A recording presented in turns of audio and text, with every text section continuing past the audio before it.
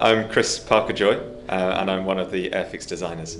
I had the privilege of designing the Hellcat all the way from the beginning.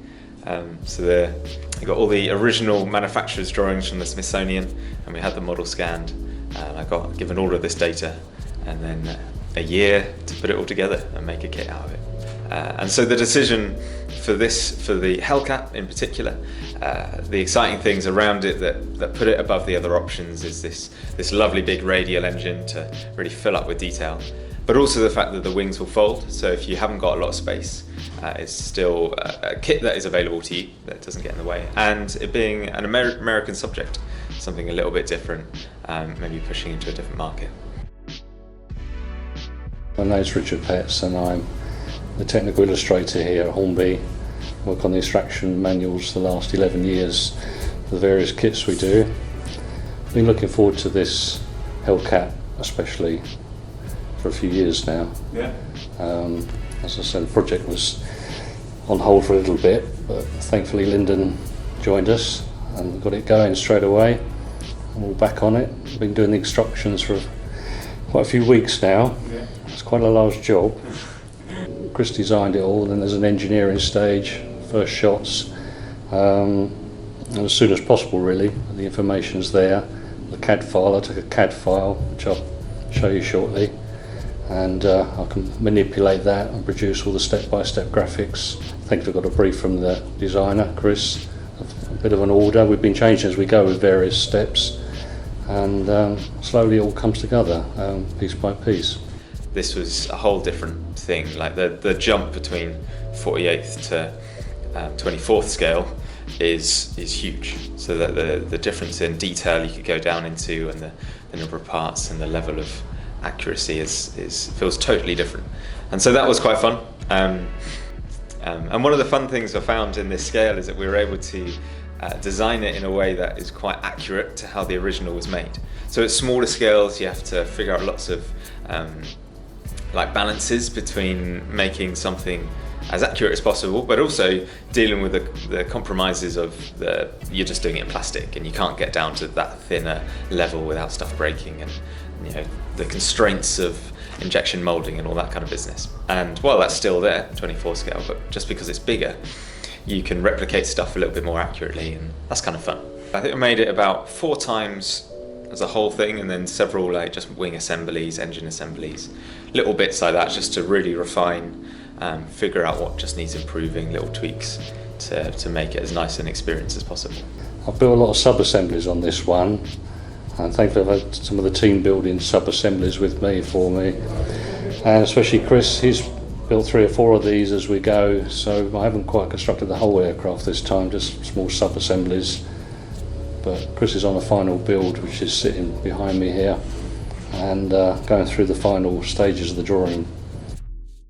So the bit that I had the most satisfaction in designing and building was certainly this kind of front section, all from this kind of firewall which sits in front of the cockpit onwards. This is like the most amount of plastic parts I've managed to squeeze into a small area, and that was really satisfying to do. So everything behind, so generally like within the fuselage, pretty empty in plane, you want it pretty light. So there's like some radio gear back there, but there's not a whole lot of detail. Whereas in the front here where the engine is, you can, it's been really enjoyable to put it all together, and we've managed to, with this scale, put in all the kind of the air ducts and the carburetor coolers and like everything that, the airflow and all of that is to fit that in as accurately as we can, and that was quite satisfying to put together. You can decide how many panels you want showing, so say on this side we've left some of the panels off so you can see some more of the detail that you've painstakingly spent hours putting into the engine, or if you wanted to, you can cover up all of that work, and you can decide that right at the end. You could even, if you were particularly fancy, build it in such a way that panels can be taken off or put back on again, but that isn't directly in the kit. All of that's up for adjustments. Putting a couple of little parts into the engine, which don't change the outside of the engine at all. Like the engine is big enough that the motor fits right down the middle where the kind of, all the crank shaft would be.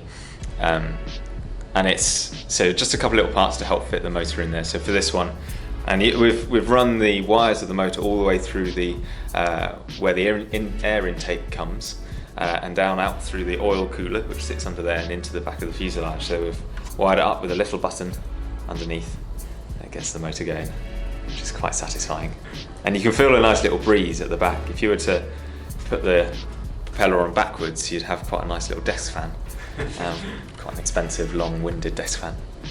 This one's exciting because it's the first. We've done a few 24 scales.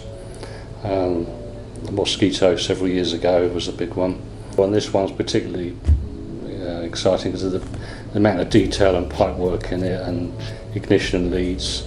I think the modellers are going to get a lot of pleasure from modelling this particular one. Of course, the other special thing about this 24 scale model is we've got the fold-in wing option, which saves a bit of space for anyone that needs to think where they're going to store it. We haven't done that before on a 24 scale.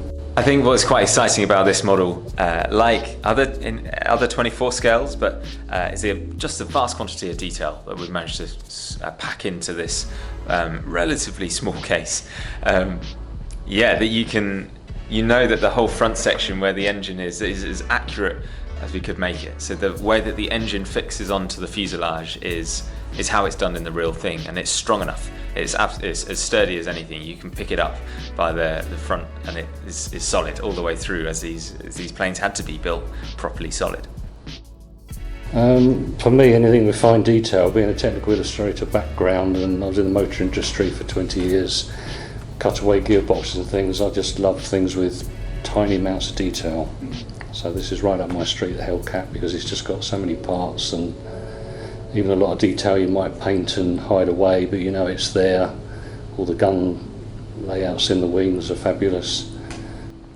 And the amount of options that you can choose, having the gun bays open, having all the flaps down, having the wings folded, having all of the engine casing off so you can see all the detail that you like. You can build it in different stages of maintenance. So if you could have like lots of the panels off as if there were guys working on it.